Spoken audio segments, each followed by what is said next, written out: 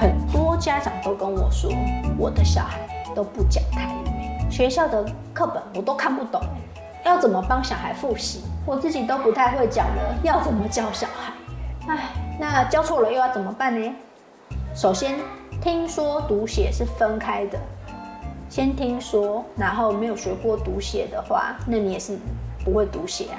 任何语言都一样，我们要有足够的有效的输入，才有办法讲得出口，然后觉得有兴趣才可以持续。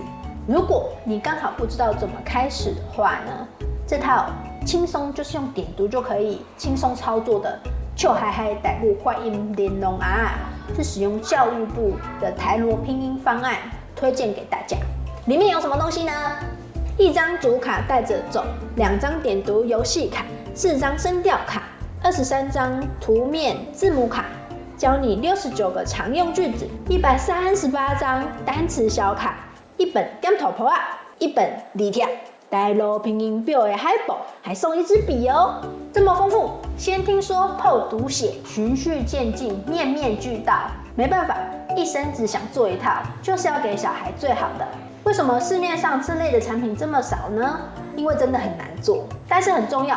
买了这么多英语教材之后，这是我们为孩子准备的礼物，一点一滴从家出发，一起把台语讲回来。现在就赞助我们的专案吧！